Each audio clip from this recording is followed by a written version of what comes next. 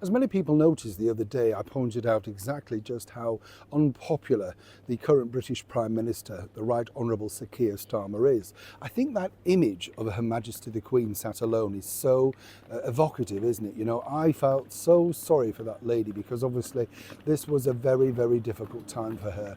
And she looked so alone, so vulnerable. And then you find out things like this. That's right, our current British Prime Minister zipping around to meet a voice coach on Christmas Eve down in Brighton. One might suggest, of course, that her career must be over now because with that sort of information leaked out, he looks like and sounds like one of the Smash advert people. I mean, how on earth could you train a nasal voice like that? And I'm not being unkind.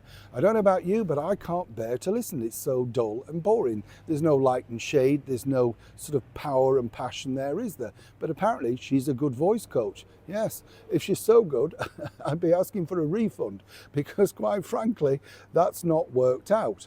But what's interesting now is his deputy, the current Deputy Prime Minister, Angela Rayner, who I told you about also has put a foot in it with His Majesty the King, King Charles III, by being very disrespectful to, of course, his brother, Prince Andrew. Well, she's now decided to do this.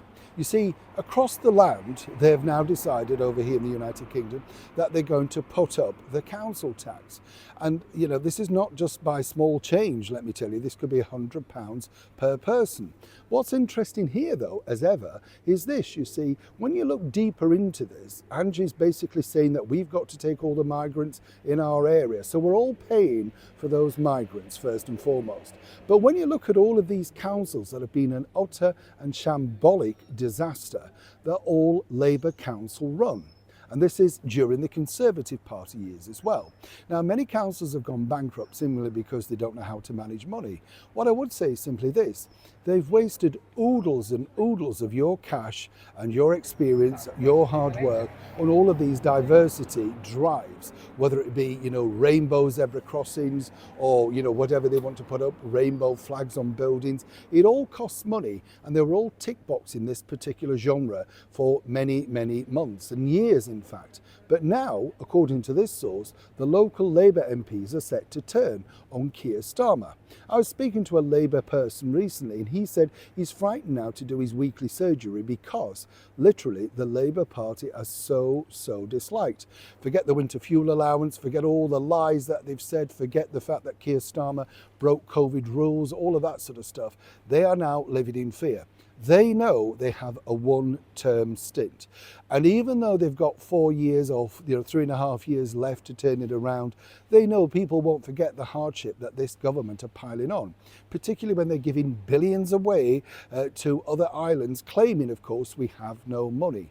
And what's fascinating now, and this is the reason why I'm sharing this with you, is this is a turning point because literally when the local MPs turn on the Prime Minister, as this has happened many times before in history, whether it be Edward Heath, Jim Callaghan, Margaret Thatcher, once they decide to turn on you, there's really no turning back.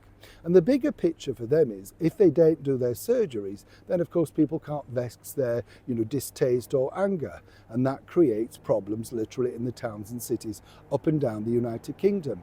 And there's only one person to blame for this, and that is the current British Prime Minister, Keir Starmer. His lies are catching up with him, but as ever, other people are going to pay the price. I'd love to know what you think to this particular story in the comments below.